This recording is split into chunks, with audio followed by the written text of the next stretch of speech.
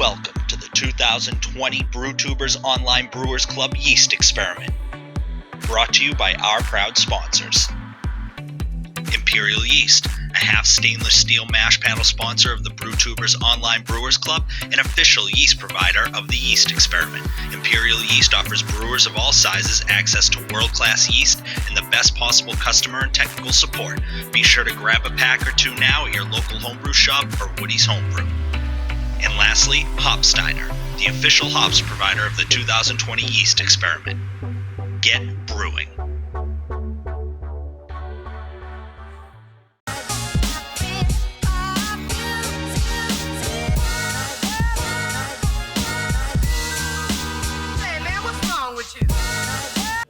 What's going on, guys? Nick Lesegor here, Exit 12 Brewery, in the kitchen of Exit 12 Brewery, back with another BrewTubers Yeast Experiment 2020 beer review.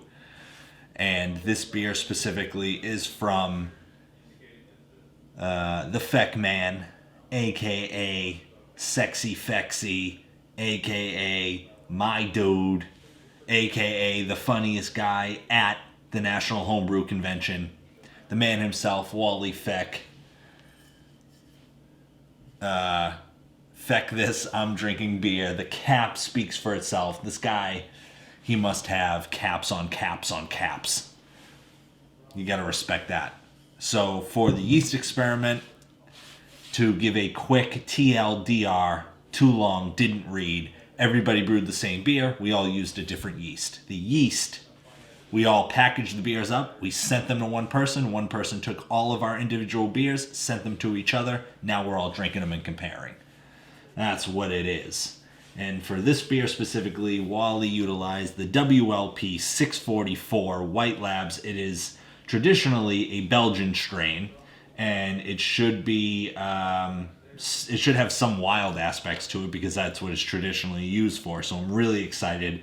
I'm sure Wally used this specific yeast because it's grown in popularity for styles like the American IPA, and it will have some really fruity aspects to it, mango and pineapple, hopefully, to mention a few. When I think of this beer specifically, when I think of this yeast, I think of probably something closer to a New England IPA, but the attenuation may be pretty high, so maybe that's the reason why it's good for an American IPA. So we're going to pop this. I'm going to save the cap because I'm building something, or planning to build something with all the caps that I have. Appreciate that, Wally. Wally is one of the better home brewers in our club, so I'm always excited to try his beers. I know he bottles from the keg, so all the kids are going in the pool. Or maybe not. Probably an aggressive pour. I probably poured a little too aggressive. I can smell it just coming off, and it definitely has on the nose maybe those peppery kind of Belgian characteristics. It's a little less clear than my beer was and Jerry's was, but it still looks very good. To be honest, this is probably one of the lighter looking beers, even though it's on the cloudier side. In terms of the color, it's one of the more traditional IPA looking beers for sure. I think Brandon and I's beer entry into this experiment was probably more on the darker side, but it was clearer. So pick your poison. Darker and clear, lighter and cloudier. What do you want to do? So we're going to get a little nafe, a little nose. Let's do it.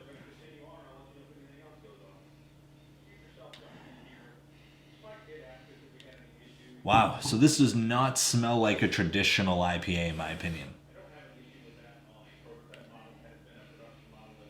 Those Belgian characteristics really carry through it. I think more on the peppery end. At least the smell, it's very yeasty. It's got a really like homegrown, farmhousey, yeasty kind of aspect.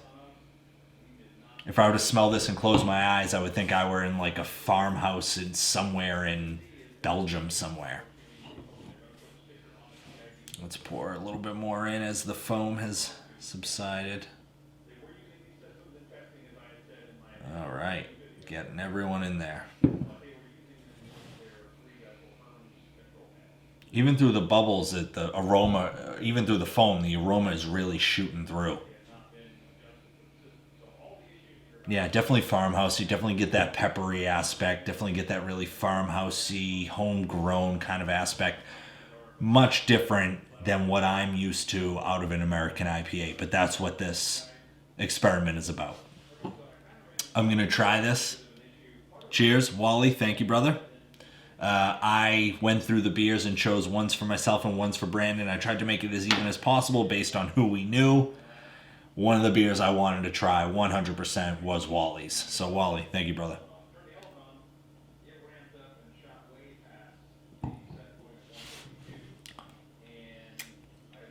Ooh. Oh, wow.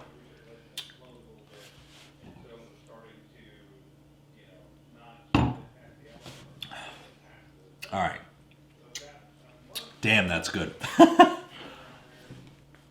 Looking at the description of this yeast, this is never a yeast that I would generally use for this style. The description does say that it's grown in popularity for styles like an American IPA, and I see why. On the nose, very farmhousey. On the flavor, starts out farmhousey. You're thinking, boy, what is this beer doing? In the middle, it's got this like bang of fruit, like it really hits you.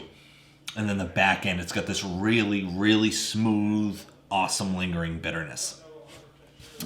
For this beer specifically, Wally fermented at 75 degrees for 3 days. Then he went up to 85 for 5 days. He cold crashed at 45 degrees for 4 days.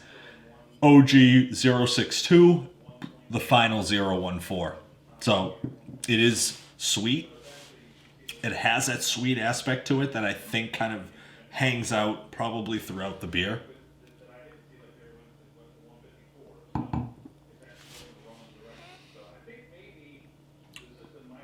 Dang. Oh, man. Oh, God, that's good. That is... Wally, that's phenomenal, man. Wow. I'm utterly blown away. This is one of the better homebrews I've ever had. And it's... Everybody knows my favorite homebrewer in the group is Mike Dean. I think Mike makes some unbelievable beers, top to bottom. I think he's one of the best homebrewer I've ever had in terms of his homebrews. But this beer is probably the best homebrew I've ever had, and that's saying something. That is, wow.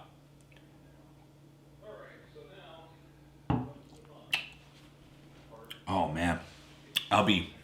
Cantaloupe. That's what I was looking for. Middle to back end.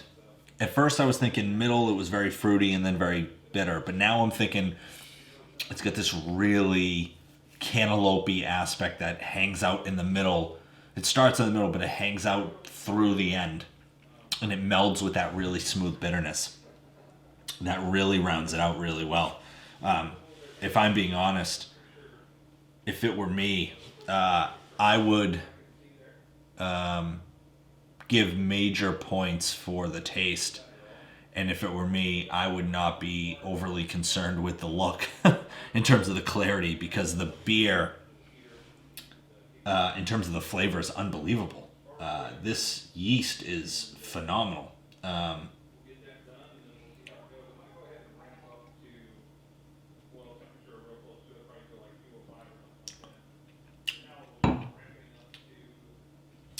I don't get tart at all, as the yeast would suggest on the White Labs website.